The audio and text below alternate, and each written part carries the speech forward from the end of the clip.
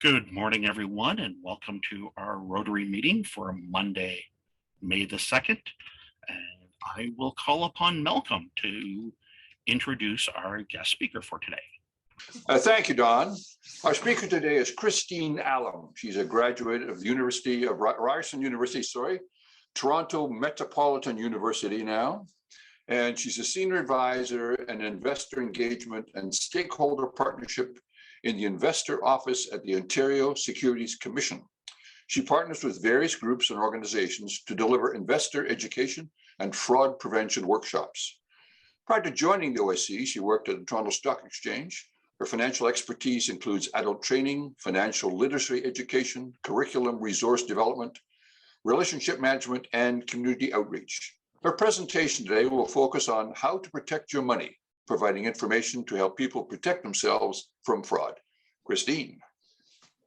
Thank you, Malcolm. And hello, everyone. So nice to see you. And thank you for inviting me to speak with you today. So I'm going to share a lot of information focusing on frauds and scams, a little bit about working with your advisor, what questions to ask, and then where else you can go get information.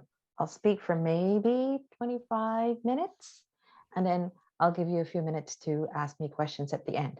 I'm going to share a lot of information. Feel free to take notes, not necessary, because what I will do is, I believe I have Malcolm's contact information.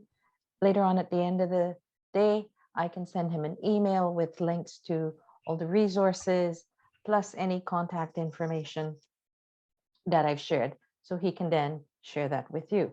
So that being said, let's get started, and I'm going to share my screen. So as mentioned, we're going to talk about protecting your money.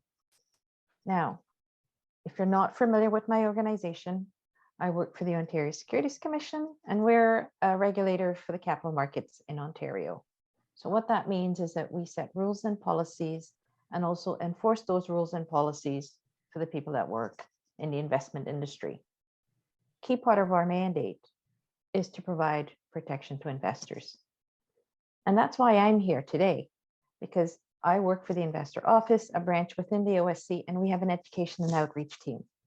So my function, my role is really to share information with you so that you can be, you can have more information so that you can make more informed decisions. One of the things I say to people is, not only do I come out and share information with you, but I also get information from you. It's a two-way street. When you ask me questions, share any comments with me, that information is very valuable to us because I can share it with my colleagues in education. In the education side, maybe we need to develop a resource.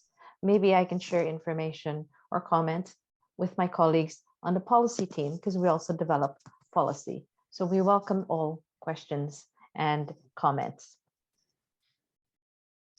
So as a regulator, we know that we need to protect investors. And one of the things that many people are concerned about is being defrauded. So under our mandate, we would investigate breaches of the Securities Act, which would relate to investment fraud. If you've been the victim of an investment fraud, it is very devastating. That financial loss can affect your quality of life, can affect relationships, and can also affect your health mentally and physically. So what can we as a regulator do to deter people from breaking the rules? We have things like a whistleblower program. If you know someone's not following the rules, you can certainly contact us and report it. We have no contest settlements, where firms, if they recognize or realize that they didn't follow the rules, they can report it and let us know. We also have sanctions. You work in the industry, you break the rules, we can ban someone from working in the industry temporarily or for life. We can also impose monetary penalties. For each breach of the Securities Act, we can impose a fine up to $1 million per breach. So those are some of the things we can do to deter people from breaking the rules. The other thing we know is that sometimes there are firms out there, there are individuals out there, and they're not registered to provide investment services, to sell investments. So we also put out investor warnings and alerts to warn investors that they really shouldn't be doing businesses with these companies, these individuals. And I've listed for you here, I think these investor warnings were over the last 8 days. We know that these firms aren't registered to offer their services, but here they are. They're offering their services to Ontarians. You're really interested in hearing about fraud. So what do we know about fraud? Last year, Canadian Anti-Fraud Centre, they received over 106,000 reports of fraud. Out of those frauds that were reported, 164 million was lost due to investment fraud. Now, who are the people that were actually victim of these investment frauds? Approximately half of them were over 55 and older. But remember, these are only the people that have reported the fraud. Okay, so there might be a percentage of the population that have not reported it, and we don't know. The other thing is, the numbers I've just shared with you are really low. It's estimated that only 5% of frauds are reported. Why is that? Many times people will tell me that they're embarrassed. They don't want family and friends to know. They don't want to look stupid. I'm going to tell you right now, anyone can be the victim of a fraud. You know what fraudsters care about? All they care about is getting access to your money. They don't care about anything else. So what are some of those frauds that we're seeing? Warning about your finances. You might have gotten these. Somebody reaches out to you, claims to be your bank representative, work for your investment firm, and tells you that there's a problem with your account. And they need some information from you to resolve that problem. Of course, someone reaches out to you and says they're from your bank or investment firm, and you want to fix that problem. So you're likely going to want to share that information with them. But you don't know who it is that sent you that text message, that, called you. Same thing, fake government messages. You might be familiar with the CRA scam, right?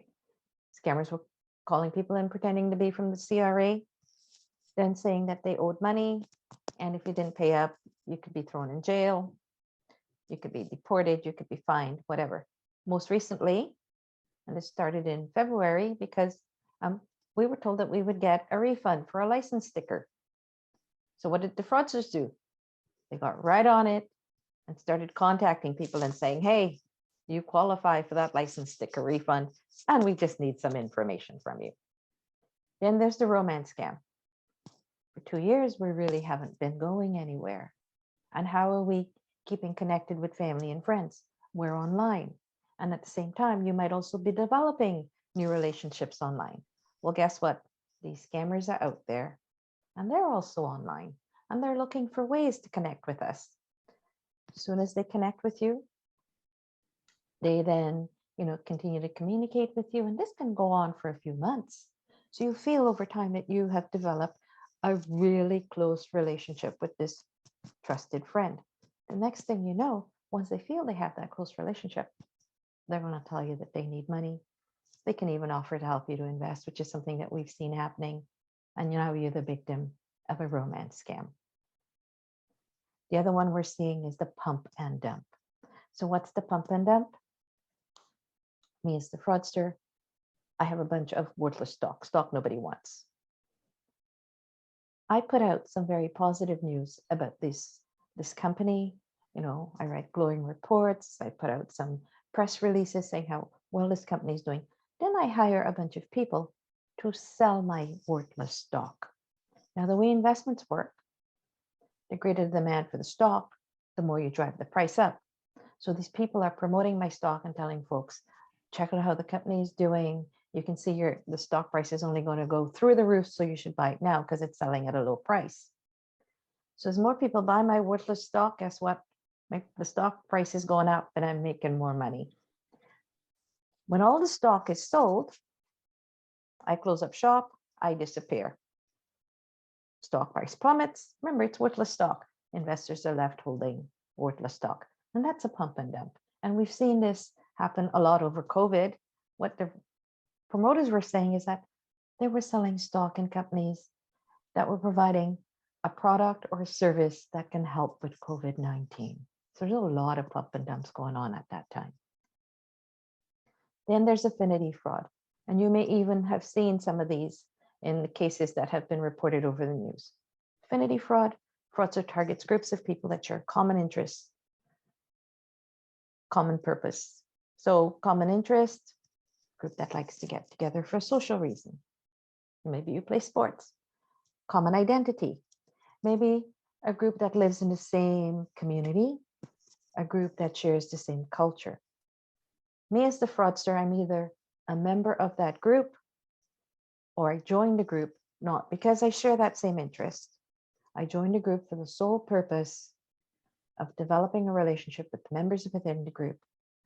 Once I have a relationship with the members and I feel that they know me and that they trust me, I am going to tell them how I have a wonderful opportunity to help them make money. As soon as one person in that group takes me up on my offer, likely the rest of the members will follow suit. Once you do that, guess what? I take your money, I drop out of the group, I disappear, and now you're the victim of affinity fraud. And this happens a lot. We've seen many of these cases in Ontario. Then there's the Ponzi scheme. And I'm sure many of you are familiar with the word Ponzi. You've heard about it. We've had some famous Ponzi people in the news over the last few years. So how does a Ponzi scheme work? Me as the fraudster, what do I say to you? Don't leave your money in the bank. You know, you leave your money in the bank, interest rates are so low, you're not making anything.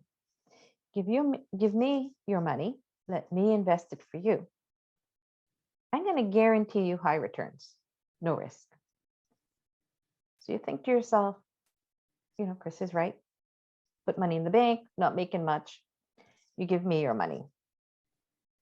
And that's what I do as a Ponzi fraudster. I go out and I convince people to give me their money, telling them I will invest on their behalf.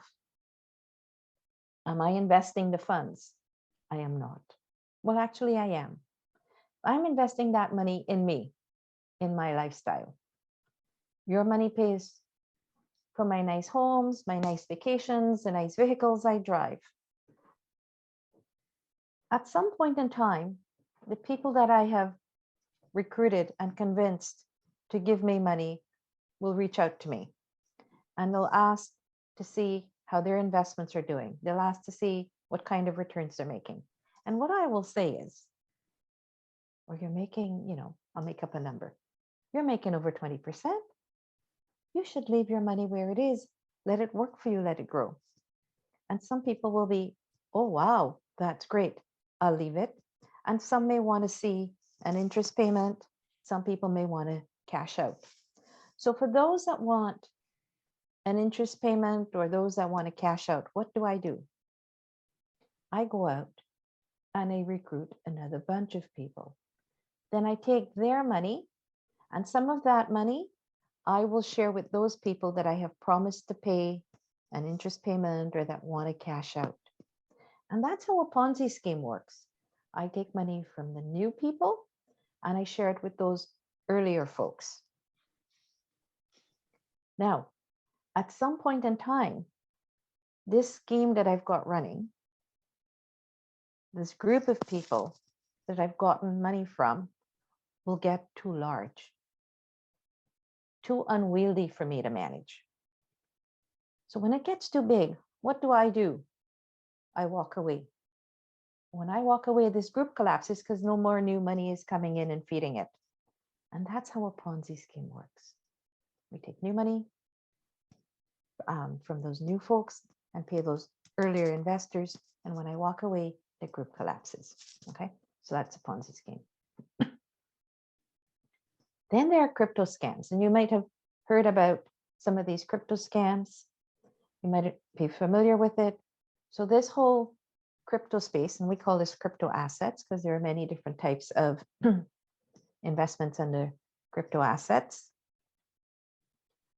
Many people are familiar with cryptocurrencies, one of them being Bitcoin, Dogecoin, all those types of cryptocurrencies. So how does it work? Me as the fraudster, you know what? I can put out a wonderful ad promising high returns in crypto assets. Or me, I can tell you that, you know what? I'm launching an initial coin offering. It's similar to an initial public offering, right? Where we issue new stocks. So I can tell people, oh, we're launching new coin offering or token offering. And investors participate in these things. What happens in many of these crypto scams, you put money into an investment account, your money is moved, no longer can access the fund. Sometimes you purchase these crypto assets through a trading platform, a crypto trading platform, and that's not a registered platform, and your money is gone. So lots of crypto scams are happening out there. In 2019, OSC had investigated a crypto scam, QuadraUSCX. The owner of that particular company had passed away, and he had died and was the only one who knew about the key to the wallet that held all these crypto investments. OSC did an investigation. That was actually a fraud, was actually a Ponzi scheme. So we actually published an investigative report so that investors, if they were interested, can see what some of those red flags were in this type of scam. And if you're interested in that, that report is published on the OSC's website. Interestingly enough, was such a good story that they even made a documentary out of it, and that is available on Netflix, and it's called Trust No One. Now, if you've been the victim of a fraud, there's a very good chance you can be defrauded a second time. People have said to me, no way, 3 out of 10 fraud victims are repeat victims. How does it work? I've defrauded you. I can't come back and get your money a second time because you know I'm a fraudster. But I have something very valuable, your names, your contact information. So what do? I reach out to my fellow fraudster. Let's call my fellow fraudster Leslie.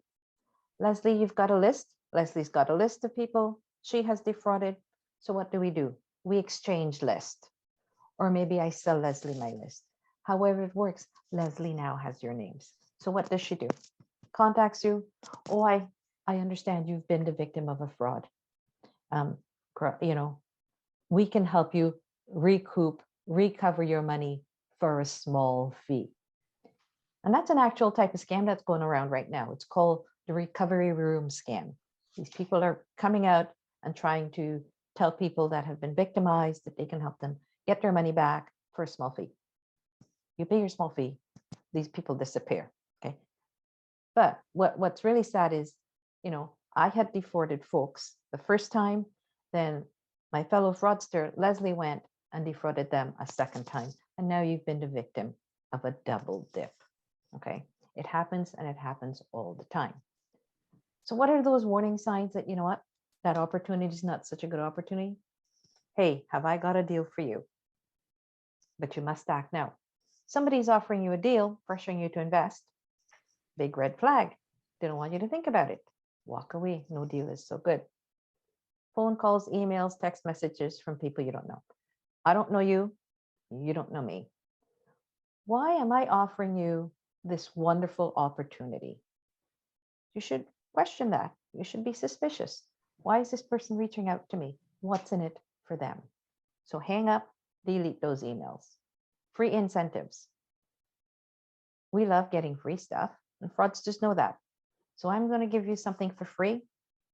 Be very careful. Likely I want something in return. And then there's these promise of higher guaranteed returns with little to no risk. Well, if you invest, the higher risk the investment, there's the possibility you could make higher returns. But remember, it's higher risk. So likely you could also lose everything. So somebody promising high guaranteed returns with little to no risk, those terms don't go together. Encourage to recruit family and friends. I'm telling you, I have this wonderful opportunity that's, it's going to help you meet your needs. And then right after I do that, I say to you, do you have family and friends that might want to participate? do I have something that is really suitable for you, or am I looking to get as many people as possible to participate in something that may not be such a good opportunity? Then, of course, dealing with someone that's not registered. If they're related to investing, they're providing you with advice, they're selling investments, you want to know that that person or that business is registered to provide those services. So just falsifying financial information, exactly as it sounds. People have said to me, we'll never do that. Oh, yes, it happens. Think back to an affinity fraud. Special group of people, people that you know, trust you. Me, I'm the fraudster, and I'm in that group. And I say to you, got this wonderful opportunity. Many people participate. Some of you, Chris, such a good opportunity, can't participate. I don't have the funds. And what do I say? I can help you get a loan where you can make a leveraged investment. And as I'm helping you fill out the loan application form, what do I tell you? Don't put down that you're renting your condo. Put down that you actually own it and it's worth X amount of dollars. I have now given you terrible advice. I've suggested you falsify financial information on a loan application. That's actually a crime under the criminal code. So somebody giving you bad advice like that, not someone you want to do business with. Tax avoidance strategy. We don't like to pay taxes. Fraudsters know that. And there are plans out there that can help us be more tax efficient, that can help us minimize the taxes we pay. There are no plans out there to help us avoid paying taxes. And then the very last one, acting on inside information or hot scoop. Have I got a deal for you? But don't tell anyone. Why would I share inside information with you? You have to question that. My sharing inside information with you, illegal. You're acting on it, also illegal. So what do we want you to do? We want you to protect yourself against fraud. Be skeptical of these unsolicited opportunities. Take the time to make an informed decision. Don't let anyone pressure you into acting right away. Something you're really interested in, research that opportunity, research that deal. And then lastly, make sure that you do a background check, that you know that that person you're dealing with, that firm, is registered with the Securities Commission. How do you do a background check? You can go online, check beforeyouinvest.ca, takes you to a national database, and you can check registration of anyone that's registered in the industry from right across Canada. You can also call the OSC. We have a toll-free number, and we can check registration for you. If you suspect you've been the victim of a fraud, what's really important is that you report it. Report it to the OSC, you can report it to the local police, or you can report it to the Canadian Anti-Fraud Center. By reporting it, you may prevent someone else from becoming the victim of a fraud. Now, if you work with a financial representative, a couple things we want you to think about. You're working with this person, they're making investment recommendations. Ask questions before you invest. How will this investment help me meet my goals? How risky is it? What if I need my money back? There are many different types of products out there.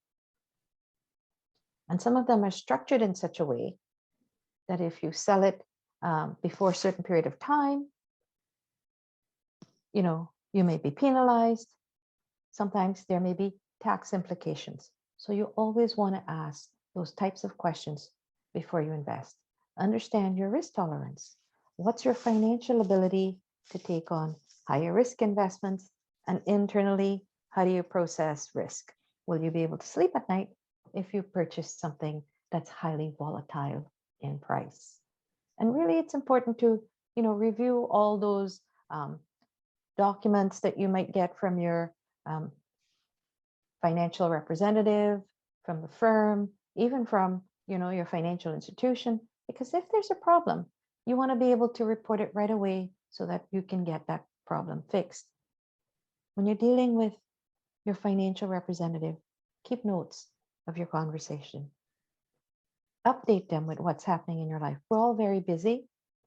You need to keep them updated so that they know, what are your goals, your plans, if your situation changes, so that they can adjust your portfolio for you. And then also, if you haven't done so, consider adding a trusted contact person to your file.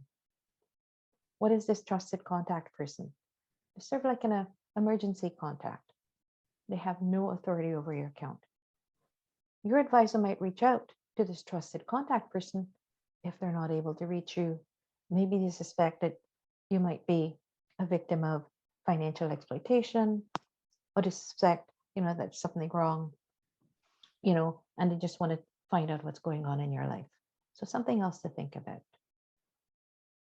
You have a problem, you're not sure what to do, talk to that representative and your manager. That doesn't resolve the problem, put it in writing. If you have notes, you can refer back to your notes and include all that information in that letter. When you send it off, the firms will have to investigate and get back to you. They investigate, they get back to you. Problem resolved, great. What if problem's not resolved? You have more options. You can contact the Ombudsman for Banking Services and Investments. They'll provide a free and independent review of your case, or maybe you feel you need legal advice. You can contact the Investor Protection Clinic. There's 2 investor protection clinics in Ontario. One is run out of Osgoode Hall Law School, and the other is run out of U of T. All else fails, you say, not sure what to do, you can always contact the OSC. We can help you navigate the system. Where else can you get information? Our website. Everything I've talked about and much more can be found on our website, getsmarteraboutmoney.ca. Interested in crypto assets? We have a whole section on that. We also have a page where you can find out which firms are registered to offer crypto assets buying and selling. That's the trading platforms. We have an e-newsletter, Investor News. You can sign up and get more information. We also have Twitter feed, Instagram page, Facebook page, and a YouTube channel. So lots of places you can get information. And that said, you can always call us. We have a toll-free number. As I mentioned, everything I've talked about and much more can be found on our website, getsmarteraboutmoney.ca.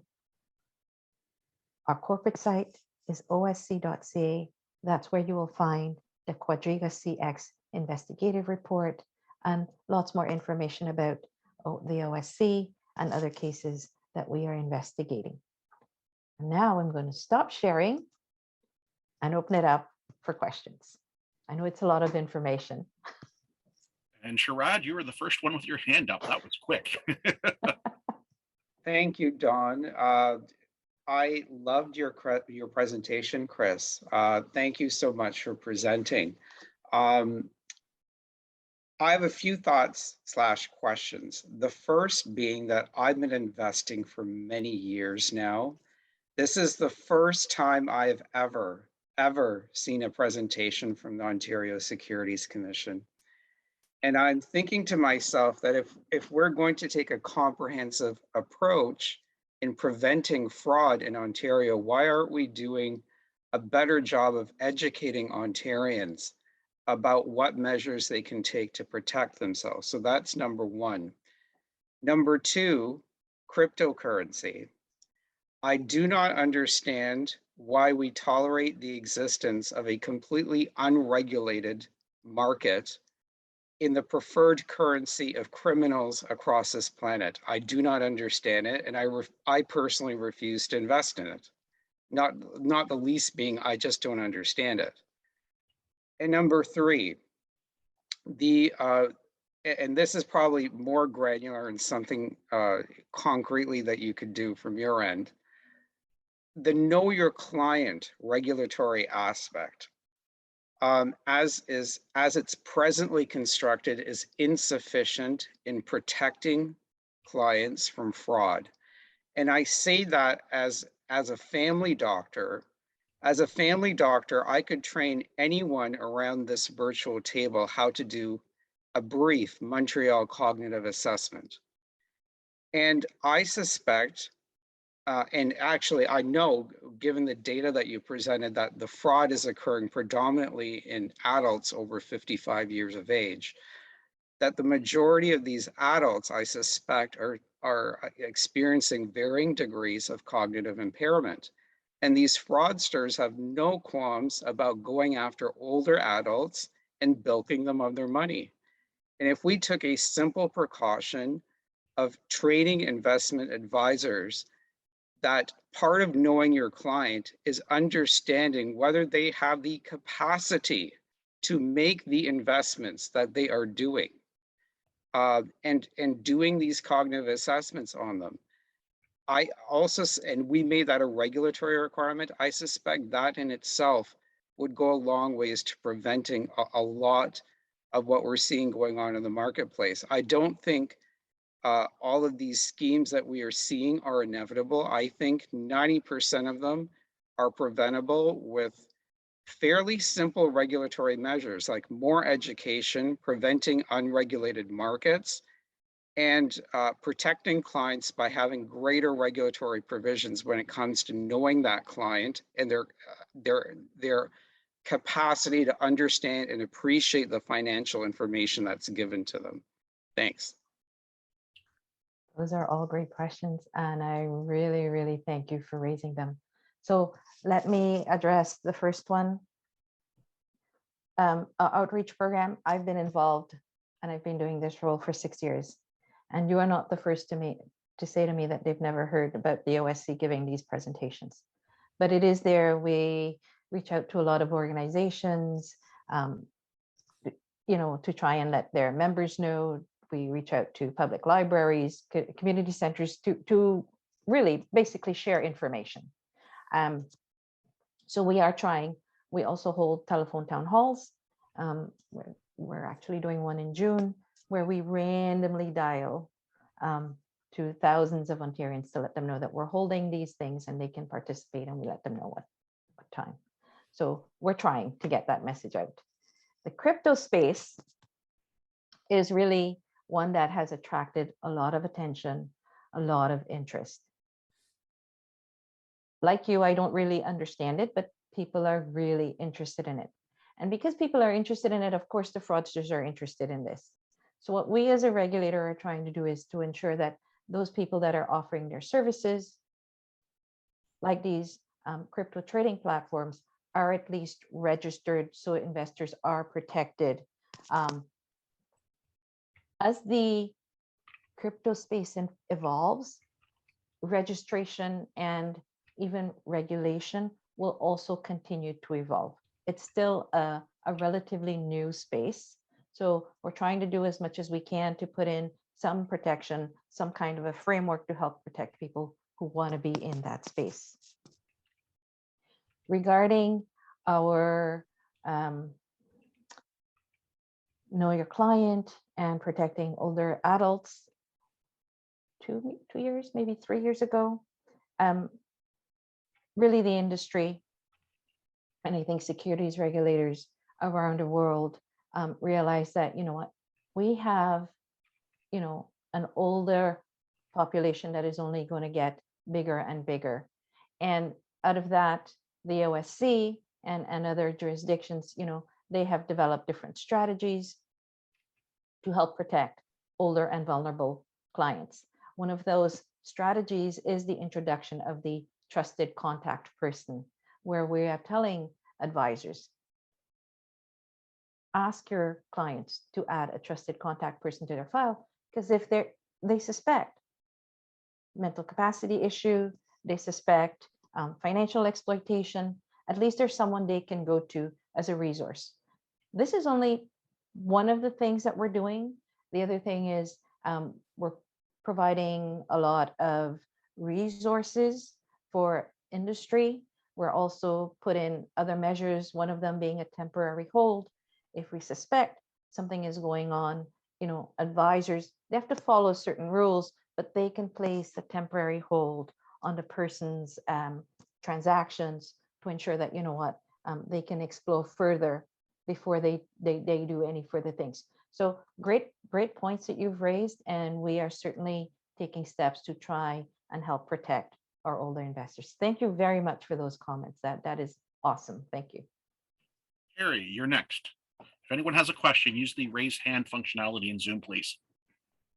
Okay, thanks. I really liked, Chris, your little checklist that you had on the slide about 2/3 of the way through, but there was one that I thought that might encompass the whole thing, especially when it comes to finances, and that is, if it sounds too good to be true, it probably isn't. It plays on people's, well, innate sense, either as teenagers or millennials have this thing called FOMO, fear of missing out. They don't want to commit to anything until the very last minute because they think there might be something getting long. So people are making you a pitch of something that's quick return, very quick, very high above market, and it's just too good to be true. Usually coming from someone that you don't already know. So as well as know your client, know your advisor, start slow, build a relationship. And the other part, the question I have is, you mentioned that trusted contact person field. Do you know whether that is already also being used by banks, credit unions, insurance brokers, as well as investment brokers? So I can tell you that that's a requirement that we've made to our policy. So it definitely has to happen to people within the investment industry. So financial institutions that have an investment arm will be asking their clients to do that. Other industries, I'm not sure what they're doing. I think CLHIA, life insurance people, are looking at what they've got, but I can't speak for it because I'm not familiar with what they're really up to. It's just when sometimes articles hit my desk, I might just glance at it. And just a very quick follow-up, is there a legal basis that can sort of backstop someone supplying that trusted contact person information? Because to me, it makes a lot of sense. If you're away on a trip and someone at your financial institution notices that something is going wrong with your account, they can't get a hold of you, but they can get a hold of someone else, and they say, no, Harry would never be doing that. Or put a freeze on it or whatever. Yeah, so what will happen is, and that trusted contact person really is an emergency resource to say, oh, they're on you're on a trip. Well, can we reach them? So that advisor will then get information from them to reach out to you. So this person really is just a resource. They can't say, oh, don't do that because Harry wouldn't do that. You can't do that, right? They're still going to be supply reaching the out to info. you. Yeah. Okay, thank you. You're welcome. Malcolm, you were next. Well, thank you, Don. Just following up on Sharad's comment, we have a number of seniors' homes where many quite well-off people live here in London. Why not consider having someone actually go there in person to give a talk like this in front of them? Because I don't know that they're all tech savvy. Some have computers, some don't. I mean, I still see people working with their credit card at the grocery store, not knowing how to do it. So perhaps it might be worth investing in people to actually go to the homes, do a little meeting, and do this kind of presentation to them in person. Thank you, Malcolm. We actually do go out in person. Okay. It's just COVID-19. We've not, but we have gone to some of these retirement homes also. Okay. So we are going out. Yes. Thank you. And Kirk, I think you're the last question. Thank you. Enjoyed the presentation. You mentioned there are penalties for bad actors. I think quite often in the legal system and etc., there's lots of penalties, but I find they're useless because they never meet the standard that there should be today. I'm curious how many people are really that are caught are really penalized to the maximum, or is it just a slap on the hand? Like you're suspended for 1 year or 6 months, or you pay this $100,000 fine and you can go back into business. Why is white collar criminals allowed not to be thrown in jail for, say, a minimum 25 years when they rob a lot of innocent people? Good question. So under the terms of the Act, under the powers that we have, we cannot ask someone to serve any time in jail. So we actually have to work with, and we have a special team actually that works with members of the RCMP and the OPP, so that we are able to then, when we're prosecuting, able to get jail time for some of these fraudsters. The sanctions that we have, they vary, and it depends on the severity of the breach. A lot of the information as to the amount that is being fined, or whether or not they're banned from the industry for life or whatever, all that information is publicly available and posted on the OSC's website. When we investigate cases, these documents, particularly the settlement documents and the hearings and all those things, that information is posted on our website if you're interested in following up. And that's why I said, you know, one of the things we also have is the Quadriga CX report, because it's not normal course of our actions that we put out investigative reports. But that one, knowing that there's so much interest in the crypto space, we got special permission to actually publish the investigative report so that people can be more informed. But yes, thank you very much for those questions, sir. Wonderful. Thank you very much, Christine. It has been a very enlightening, very interesting presentation. I just put a stop order on all my NFT transactions. So it was very interesting.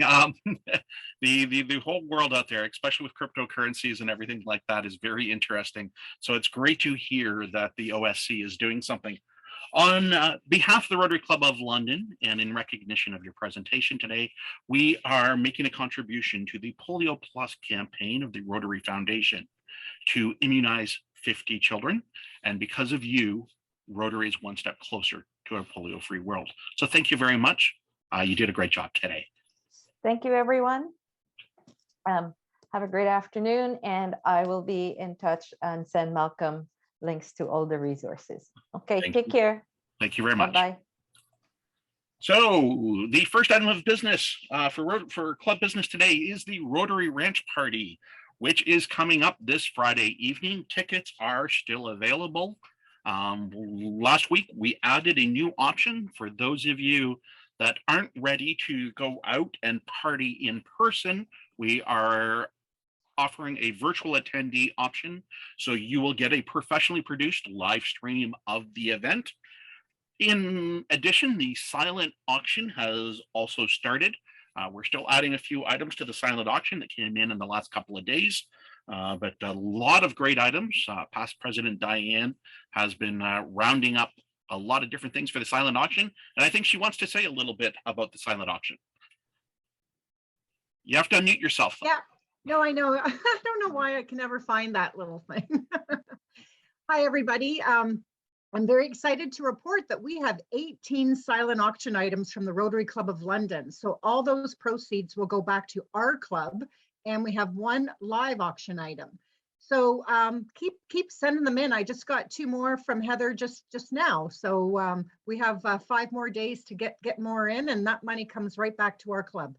So hope to see you all in your cowboy hats on Friday. So if you are looking for tickets, just go to rotaryparty.ca and you'll see the option to buy tickets right on the screen there. Similarly, if you're interested in the silent auction, there was an email last night with a link to the silent auction, but if you go to rotaryparty.ca in the upper right-hand corner, there is also a link for the silent auction. And then Heather, you would like to talk a little bit about the golf tournament. This one being our 5th annual, doing the 9 and Dine again. It was quite well received last year, so we decided to keep it that way. We are still going back out to Witter Station. They're one of the few that won't require a minimum number of golfers, which is nice. So looking for auction, sponsorship, signage, all that good stuff again. We will start an hour earlier this year. Instead of teeing off at 3, we'll do it 2. And then that way, if anyone's concerned about the lateness of the day, you've got a little extra time, but a lot of these details will come out to you early next week. So any questions, concerns, you want to volunteer, you can be in touch, but we will be making those asks moving forward. Thanks.